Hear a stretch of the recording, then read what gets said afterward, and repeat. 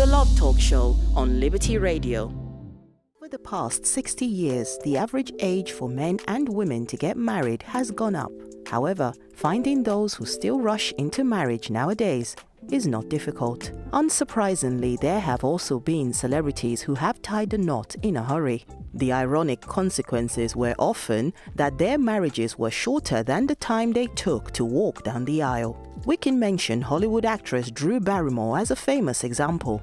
In 1994, when she was only 19, she said "I do" to the then 31-year-old bar owner Jeremy Thomas, after just 6 weeks of dating. "Everything about us is like fate," Barrymore told People magazine. At the time, Jeremy said, "I didn't marry her because she was Drew Barrymore. I married her because she was cute." Well, their marriage lasted for just 19 days. Another Hollywood star who had rushed into marriage was actor Bradley Cooper. In 2006, he married NCIS star Jennifer Esposito after dating for about 8 months. After just 4 months, Esposito filed for divorce, citing irreconcilable differences. In 2011, Cooper somewhat opened up about the rapid-fire breakup, saying, "It was just something that happened. The good thing is, we both realized it. Sometimes you just realize it." In 2014, Esposito wrote a book titled Jennifer's Way about her harrowing experience with undiagnosed celiac disease. In the book, she included a passage about a relationship of hers that went wrong. "I should have noticed the red flags from the beginning." She also wrote, "He was funny, smart, cocky, arrogant, and a master manipulator." Although Esposito never categorically named this person as Cooper, it is widely speculated that he was the one being referred to. Perhaps if both had paid more attention to these issues, they probably would have addressed them and not rushed into marriage. This was a lesson learned for Tony Garnett, an English father who left his wife and 2 children to live with a Ukrainian refugee after they had welcomed her into their home. It all started when Tony and Lorna Garnett decided to help refugees from Ukraine and welcomed Sofia Karkadim into their home. It only took 10 days for Tony to apparently fall in love with a Ukrainian woman and went to live with her. Tony and Sofia later then received a Ukrainian couple into their house, and that was apparently when the fights between them started. Recently, Tony declared to a news program that he kicked Sofia out of the house because he couldn't put up with her anymore. He said he was fed up with Sofia's behavior during the 4 months they were together.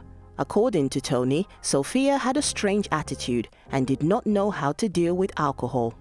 Sofia had allegedly tried to drive a knife into the wall several times, according to reports, and the police had to be called in to contain her. Now, expressing regret to have gotten involved with Sofia, Tony has stated that he did everything possible to maintain the relationship with Sofia, but that he had reached his limit. "Yes, I felt and thought I was in love with her, but there's a side of her that I just can't put up with anymore. She gets angry and aggressive." Sofia has reportedly now returned to Ukraine.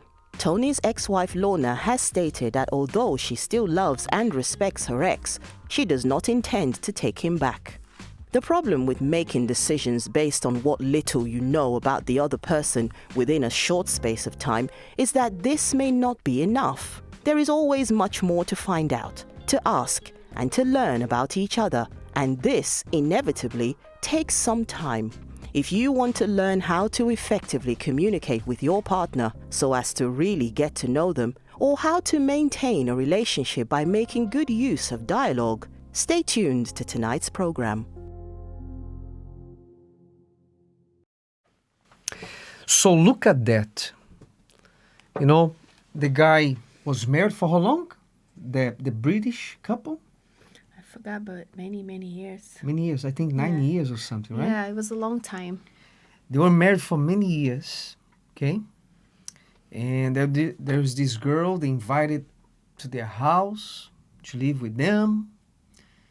And in a few days, in 10 days, he left a 10-year marriage because of 10 days. And kids. And kids, and a wife. A simple subject generates a fight. It could be something simple. Day-to-day things, right? No, something that you could solve right there and then. Nothing personal. A question. But the people are so, how can I say, topped. They are so saturated that one simple thing, they explode. Right? Every little thing, Mila, they fight for something simple. And people around, family members, friends, neighbors, they see that is very odd. There is a small question, something simple. They are rude to each other. Yeah. Sometimes, the wife asks a simple question. Yeah. Or vice versa. And then the other person answers in a very harsh way. Yeah. And that's already starting. Why do you always answer me like that? Why do you treat me with such disrespect? That's already a start of an argument. Yeah. Just because of the way the person answered. Because sometimes a question was asked in a very calm way, but the other person is not in their right mind, so they answer really harsh, and that's Sure. already a motive for an argument, right? Yeah. Your partner's attention is on some screen. Your partner's attention is on some screen. This is a big problem nowadays. Yeah. Big problem, everybody's all the time. The phone, Yeah. wake up, phone. They were both in bed, instead of Yeah. communicating, spending time with each other, they're both watching videos or doing Yeah. whatever, or reading something. Eating at the table, Yeah. a moment that is sacred. It's Yeah. important. They are there on the phone, talking to Or someone. they're not even on the table. They're sitting on the sofa watching TV instead of watching Together. TV, instead of sitting at a table. Because at a table is a moment that you have to actually have a conversation with your family. It's a communion, right? Yeah, but nowadays there's families that don't sit at the table anymore. Yeah. The child eats in the room. The husband on the sofa. On the sofa, the wife standing up on the kitchen. Yeah. And the table mess. is a place of communion. Yeah. Right? We even have the Lord's Supper, communion with God.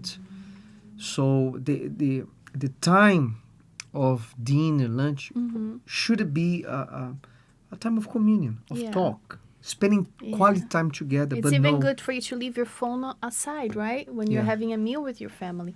So you can actually look at each other in the eye and have a conversation, a human conversation. Yeah. Because or else you're going to be there just present, your body, but there's no connection, there's no conversation. not only they are losing time, quality time, Yeah. but if one of them tries to talk to the other, Mila, because they are focused their attention on the phone, what's going to happen? Automatically, they're going to be harsh. They're going to be rude. Automatically, they're going to be, they're going to answer in a bad way. They're going to get in a bad mood because they're trying to Yeah. concentrate in something here, and the other is competing for the attention. It's going to get they angry. Yeah, it's like, wait, I'm doing something. Yeah. I'm busy. Everything wrong. And there is the third sign. After the conversation, nothing is resolved. So there is fight, arguing, they get angry, Yeah. and they can't resolve anything. Yeah. The problem, It's true. survives for another day.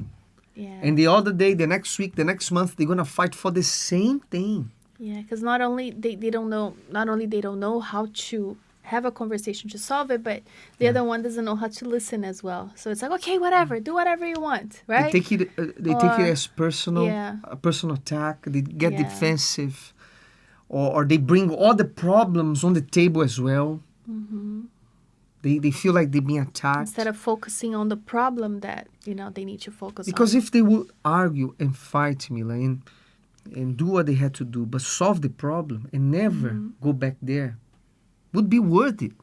Yeah. But the problem is they fight, they argue, they get angry to each other, they keep resentment, they go to bed, Yeah. in a bad mood. They don't talk to each other for days, for A months. lot of couples, when something's brought up, the other one doesn't want to talk about it. Oh, I'm not talking about this right now.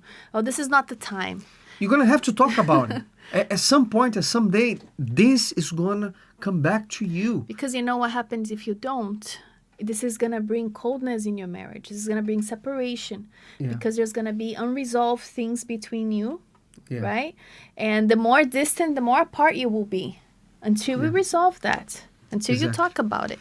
And you know, Mila, something that happens, friends, there's something that happens to couples after a while that is even worse than fighting. You know what is even worse than fighting? Is silence. Because they came to a point that they fought so much, they argued so much, that they say, you know what, I don't even care anymore. Yeah, it's Do not whatever you worth want. it. They not become gonna get angry. indifferent to the In- partner. There's indifference. You know, they don't even fight anymore. It's like they don't even care anymore. So when it comes to this point, this is very dangerous. Because as long as you're fighting, at least you want to solve the problem. You're trying you care. to solve something. You care. You want the person to change. Yeah. But when you don't fight anymore, it's like you lost hope. It's like you don't even care. You do, you don't do. You know, it's up to you. I'm not gonna say anything. You know, that's a problem. That's the problem right there. Okay, and we want to go now and see what's the word on the streets. Let's see what people out there, what they have to say about dialogue, about communication. Let's see.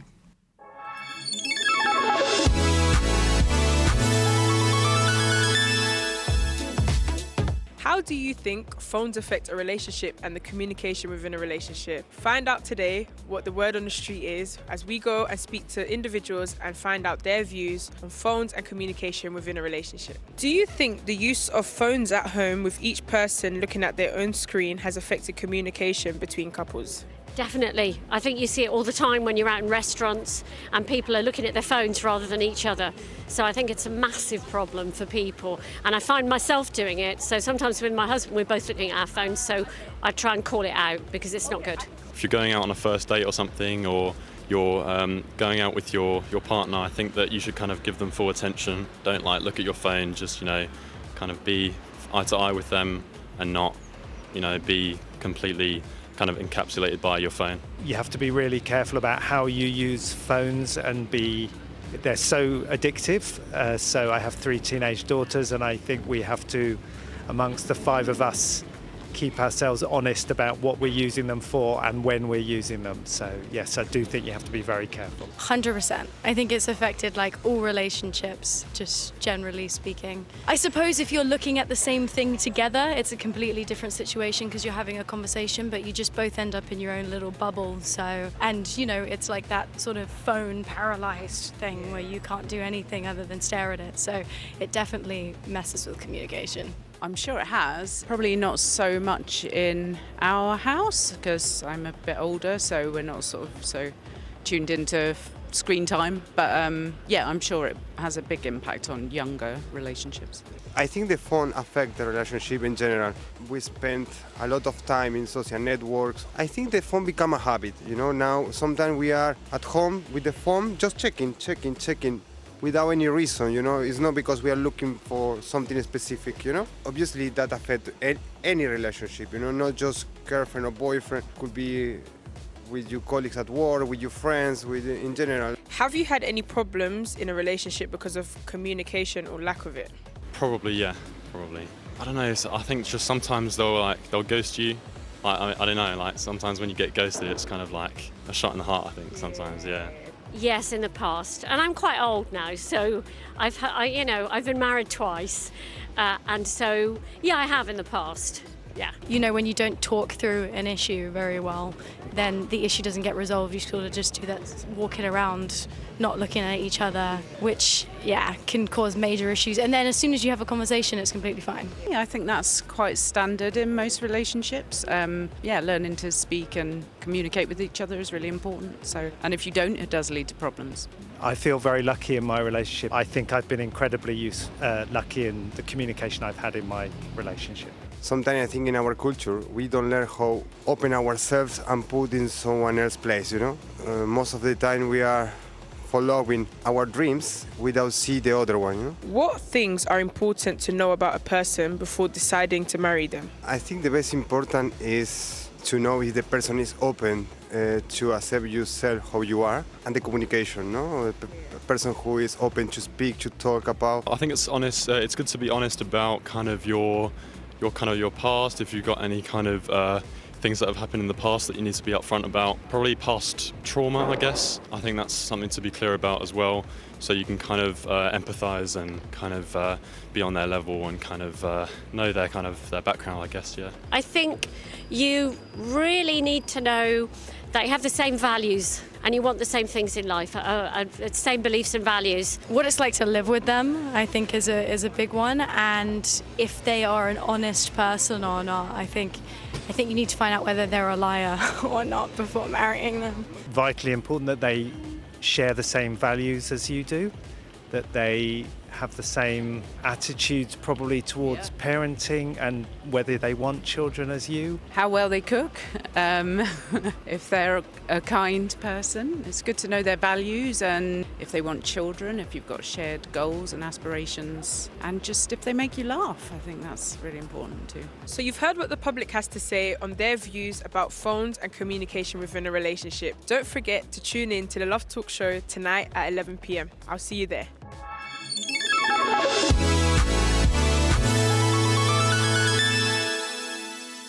The greatest distance between two people is misunderstanding. Okay? Misunderstanding. Mm-hmm. So friends, when you communicate, when you talk to the person you love, mind your words. Mind the emotions you are transmitting, right? Mm-hmm. Your body language. Where you looking at. Mind the tone you use of your voice. Mm-hmm. Everything matters. Everything matters. Yeah, and we were talking about misunderstanding, right? So a lot of people, they're so set in their ways and their thoughts that this creates a distance because they don't put themselves in the other person's shoes and make an effort to understand where they're coming from. They already sat, no, this person is doing this, or this is happening because of this. They don't make the effort, and that takes humbleness. Yeah. Humility to be able to do that, to put yourself in someone else's shoes. And when you have a problem, the problem needs to be understood. Okay? You need to separate yourself or yourselves from the problem. You need to look at the problem from a perspective, a different perspective. Mm-hmm. You cannot associate the problem with the person. No. Remove the problem from the person. Leave it on the table. Okay? Mm-hmm. Both of you are going to look at the problem now from a distance. Okay? So we have this problem here. Mm-hmm. I'm not against you. It's nothing personal. Okay, this has nothing to do with you. It's not your fault. It's our fault. Both of us, we have this problem. It's not yours. It's not mine. It's both of ours. Mm-hmm. Okay, we have this problem here. What can we do to solve this? Where did this come from? Mm-hmm. What are we doing? They are feeding this problem. Mm-hmm. So, okay, let's stop. Let's make an agreement. What are you going to do? What I'm going to do? What can I do? Mm-hmm. What can you do to stop this problem? To solve this. Yeah, and try to understand, where it's coming from. With respect. Mm-hmm. Because if you see the problem, hold this, Mila. Let's suppose this is the problem, okay? This is the problem. If you look at the person and you associate the person with the problem, you are the problem. You're going to attack the person you love. You're going to be attacking the person you love when in reality what you want to attack is the problem. Mm-hmm. So leave the problem on the table. And you attack the problem. So this is the problem. We have this problem. Mm-hmm. I love you. We are together. We got married. We're going to stick to the end. But we need to get rid of this problem. And you come to a conclusion. So understanding involves an explanation. Be clear in your explanation. Okay? Always provide the context. Be clear. And listen to the other person without presumption. Without, thinking that you know what the person is going to say or what they did. Yeah, some people even say, "Oh, I already know what you're gonna say. I already know." It's like they don't let the person explain. They already make presumptions of why the problem is there, or what is going on, or what the person is even gonna say. So they keep interrupting them. So you're not gonna get your problem resolved like that. So you need to listen.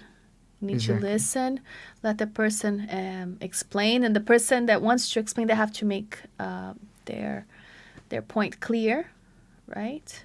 It's true. It's true. It's very true. The Love Talk Show on Liberty Radio.